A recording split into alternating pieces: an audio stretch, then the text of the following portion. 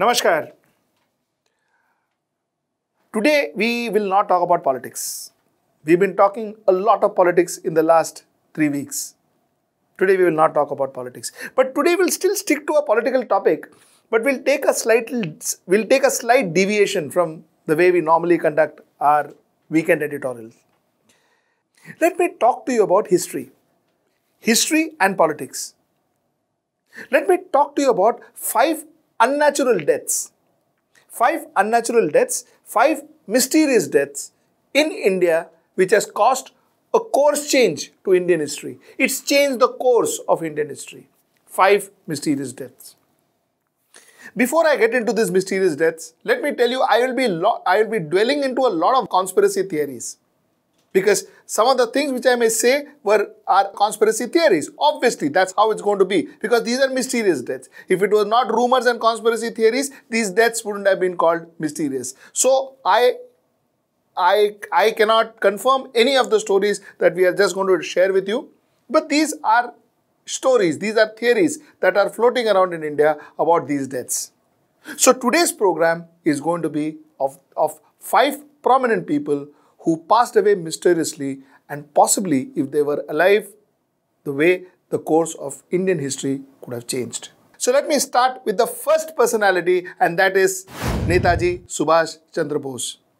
Netaji Subhash Chandra Bose died in a plane crash in 1945 in a place called Taihoku. Taihoku is today's Taipei.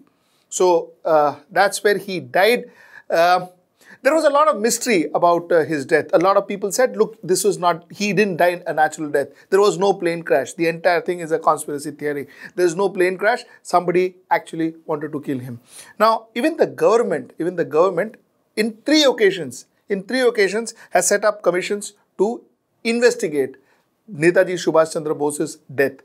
In all the 3 occasions, the commissions have more or less concluded that Netaji Subhash Chandra Bose passed away in a plane crash in Taipei. The first commission was under Shahnawaz Khan, that was in 1956. Second commission was under Justice Khosla, that was in 1970. And the third commission was as close to 2006. It was under Justice Mukherjee. So Justice Mukherjee Commission in 2006. So all the 3 commissions more or less agreed that Netaji Subhash Chandra Bose died in a plane crash in 1945 in Taipei. Now, the conspiracy theory surrounding it is, there are 2 very big conspiracy theory, very major conspiracy theory. One is the so-called Russian angle theory. Russian angle theory, which is also which was also endorsed by General G.D. Bakshi, where General G.D. Bakshi and a lot of people felt that Netaji Subhash Chandra Bose was kidnapped by the Russians under the command of Stalin or the British and tortured to death somewhere in Siberia. This is one theory that is floating around. The second theory is Gumnami Baba theory, where people feel that Subhash Chandra Bose was alive till quite recently, and he would visit India, but he always maintained that he was a different person. So that was Gumnami Baba theory. He called himself Gumnami Baba, so that was a Gumnami Baba theory.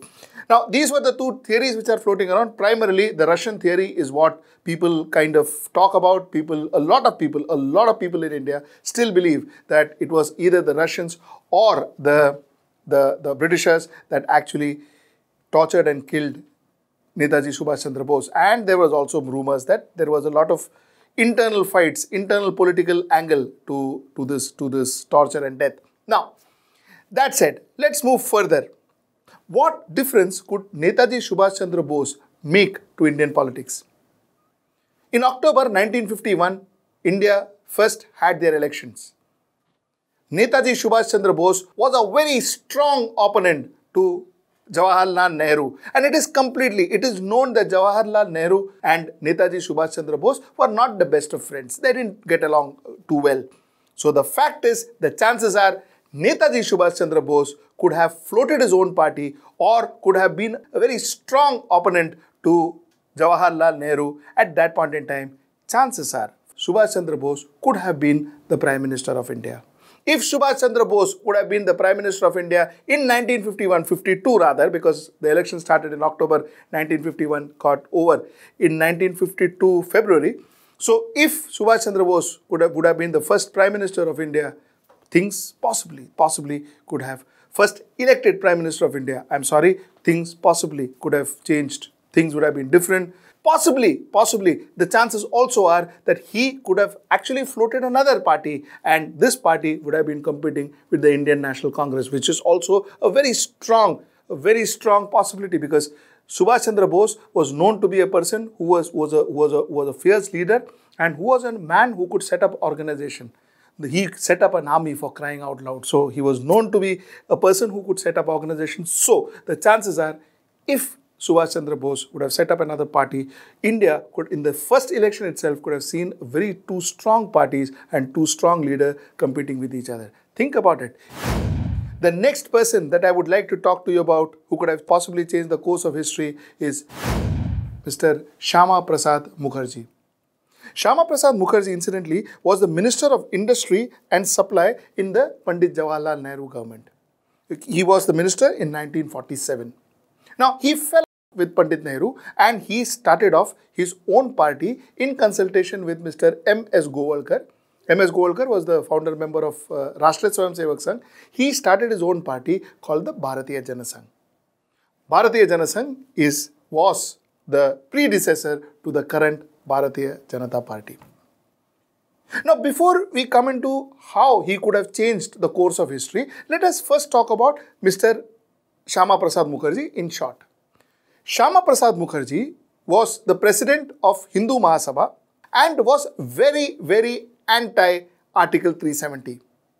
He believed that Jammu and Kashmir should be an absolute integral part of India. So he was anti-370, and he was also anti a permit law that was existent in those days, where people had to take permit to enter the Jammu and Kashmir. So in 1953, Mr. Shyama Prasad Mukherjee actually took his few followers and walked into Kashmir and decided to defy the permit laws, where he didn't take a permit and walked into the Jammu and Kashmir border. So he was defying the Jammu and Kashmir government, he was defying the laws, and he was walking into the border. And when he walked into the border, he was hardly 50 at that point in time. He walked into the border. He was arrested by the Jammu and Kashmir government. He was arrested by the Jammu and Kashmir police, kept detained, put in jail. And incidentally, in the jail, he passed away. On 23rd of June 1953, he passed away under mysterious circumstances. Now, the questions asked about his passing away, was, why was he not arrested before? Why were they waiting for him to enter into Jammu and Kashmir? Number one. Number two is, he was a 50-year-old man, and all of a sudden, with no heart ailment, no possible history of heart ailment, and a very fit man, how come he walked into the jail and he suffered a cardiac arrest? The story was, including what Mr. Atal Bihari Vajpayee said at one point in time, that it was a conspiracy. They were planning to arrest him in Jammu and Kashmir and ensure that he never returns back from Jammu and Kashmir. So this was Shyama Mukherjee's death. This is how Shyama Mukherjee died. He died under mysterious circumstances. Of course, the official reason given for his death was a heart attack, a cardiac arrest in Lakhanpur jail on 23rd of June 1953. This was the official reason. Now, how would Shyama Prasad Mukherjee change the course of history? Number one, the same thing what we said about Netaji Subhash Chandra Bose would have been relevant. Possibly, the birth of Bharatiya Janasangh as a formidable party would have happened somewhere in 1956-57, and it would have been a very stiff competition. The right-wing concept would have been very prevalent in 1957 and would have been a very stiff competition to the Jawaharlal Nehru administration then. Janasangh would have been a very formidable party had Mr. Shyama Prasad Mukherjee still led it. Shyama Prasad Mukherjee, like I told you, was just 51 when he died. So he had a good 20 years of political life in him. And in 20 years, from 1950s to 1970s, possibly Bharatiya Janasangh would have been a very powerful body, which also technically means maybe we wouldn't have had a Bharatiya Janata Party, because Bharatiya Janasangh would have still continued to be a strong body even today. So that's number one. So number one is the change that he could have brought about in history is that he could have created a strong right-wing opposition in India way back in 1950s.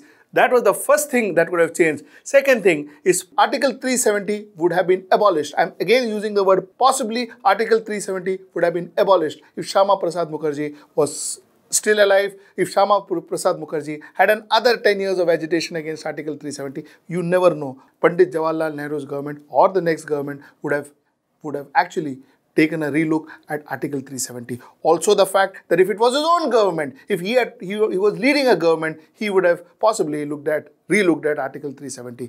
They say that while Atal Bihari Vajpayee was a huge fan of Shyama Prasad Mukherjee, Atalji wouldn't have grown the way he was growing, and he grew to be what he was if Shyama Prasad Mukherjee would have survived and lasted for another 20 years in political life. So that was Shyama Prasad Mukherjee, number 2 in our list, as if he would have been alive today, the course of history could have changed. The next personality that I want to talk to you about is Lal Bahadur Shastri. In 1965, after the Indo-Pak War, in 1966, Lal Bahadur Shastri went to sign a peace agreement with the then President of Pakistan, my apologies, the then President of Pakistan, Mr. Ayub Khan. During this signing of ceremony, at least 10 hours after the signing of ceremony, Mr. Lal Bahadur Shastri was found dead. Again, the reason given for his death was that he had cardiac arrest and he passed away because of cardiac arrest. Of course, he was slightly unwell even before his actual passing away. So that was given also as a reason, and the cardiac arrest theory was put forward, which was what the official record is. Now, the family of Mr. Lal Bahadur Shastri says that they smell a rat because there were blue and white marks in Lal Bahadur Shastri's body. Right, and also there were cuts in his abdomen and behind his neck when the body was flown down and given and handed over to his family. His family thought that they smelled a rat and they thought that he was killed. There is a widespread theory that Lal Bahadur Shastri was killed, and the theory that is believed is Lal Bahadur Shastri was killed by the CIA. Now, when we talk about Lal Bahadur Shastri, one needs to understand is Lal Bahadur Shastri, which a lot of people don't know, is he was one of the finest administrators, one of the finest prime ministers, and in 1 year in office, he did what a lot of prime ministers couldn't do in 5 years. He actually took a lot of decisions, took a lot of steps to make India progress. One of the things that he did was he, along with Homi Bhabha, wanted to take India and make India into a nuclear power. And because of this, he was working very closely with Homi Bhabha. Now, interestingly, what is told is CIA didn't want to see India as a nuclear power and was very convinced that if Lal Bahadur Shastri was allowed to continue, the chances would be that India could turn into a nuclear power, and we could have turned into a nuclear power possibly in the late 70s or the early 80s. So, obviously, they say that United States didn't want it happening, so CIA not only killed Lal Bahadur Shastri, but even Homi Bhabha died under mysterious circumstances. Even he died in a plane crash. So this was the death of Lal Bahadur Shastri. Now, how he could have changed the course of history? Like I said before, if he was alive, India would have been a nuclear state far before what it actually became. Number 1. Number 2, if Lal Bahadur Shastri was alive, Lal Bahadur Shastri died in an age of 61. He had good 10 more years or 15 more years in the office. So he could have been there till the 1980s, which means the concept of dynastic politics in India wouldn't have arisen because he would have continued to be the Prime Minister.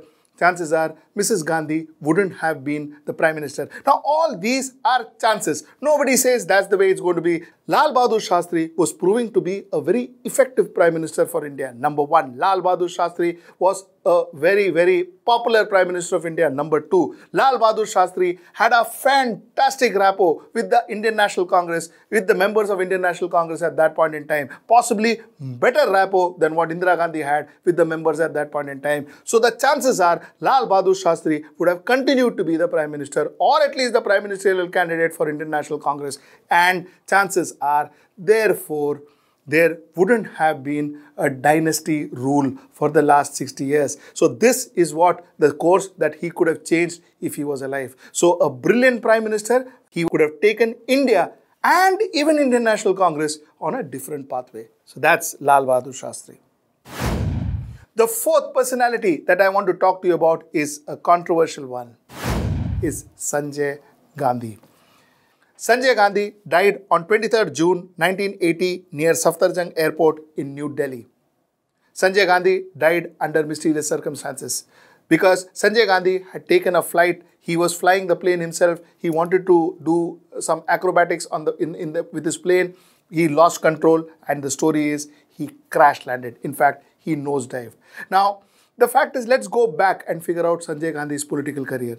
Sanjay Gandhi was known as a very aggressive politician. Sanjay Gandhi was also known as a very short-tempered politician. Sanjay Gandhi is known to be the brain and the power behind the declaration of emergency in this country. So Sanjay Gandhi had a lot of controversy behind him. And also, another big controversy is Sanjay Gandhi was also known to have forced family planning into thousands of Indian youths at that point in time. So Sanjay Gandhi, like I said, was known for his aggression, known for his absolute high-handedness, and known for being autocratic. He is also known to be dominating over the then Prime Minister, Mrs. Indira Gandhi. So this was Sanjay Gandhi. Now the thing is, if Sanjay Gandhi would have continued, Indian National Congress and India would have gone into a completely different route altogether, could have taken a completely different course altogether. Our government would have been more aggressive. Possibly our government would have been more autocratic or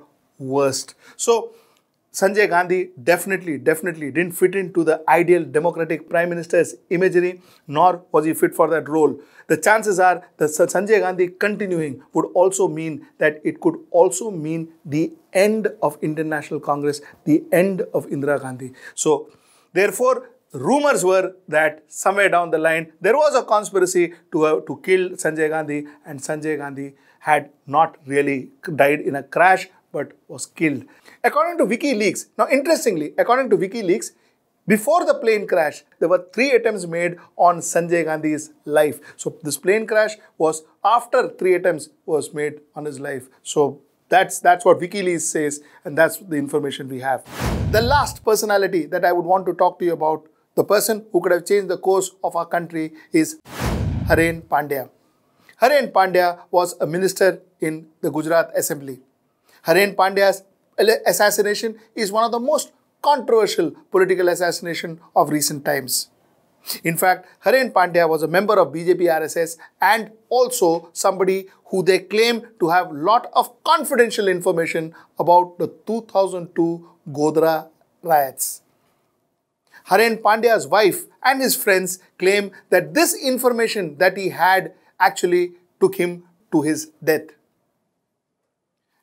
Haren Pandya was killed in a place called Law Garden area, Ahmedabad in 2003. 5 bullets were pumped into his stomach by the assassins. The police claims that they have no clue about the assassins because they do not understand the motive of the assassination. Now the thing is, Haren Pandya was an upcoming strong leader in Gujarat. Also, he was a supporter of Keshubhai Patel. Chances are, had he or Keshubhai Patel been the next Chief Minister of Gujarat in 2002 or in 2007, if he was alive, the course of history as it is today would have changed. So, our last contender, our last personality for the top 5 personalities who could have changed the course of history in India, Haren Pandya. So, these are the top 5 names, top 5 people who could change the course of history in India. I repeat the rider that I said in the starting of this program. Most of the things what I said are theories, are rumors. So they are not endorsed facts. So you have to take it as theories. That's number 1. Number 2 is these people, if he would have still been alive, if they could have changed history, is what we perceive they could have done. So that too is something that is our perception. With that, we'll see you next time, next week for another episode of Weekend Editorial. Namaskar. For more such episodes, please subscribe to HW News and press the bell icon for instant notification. Also, do give this video a like and share the video to spread the word around.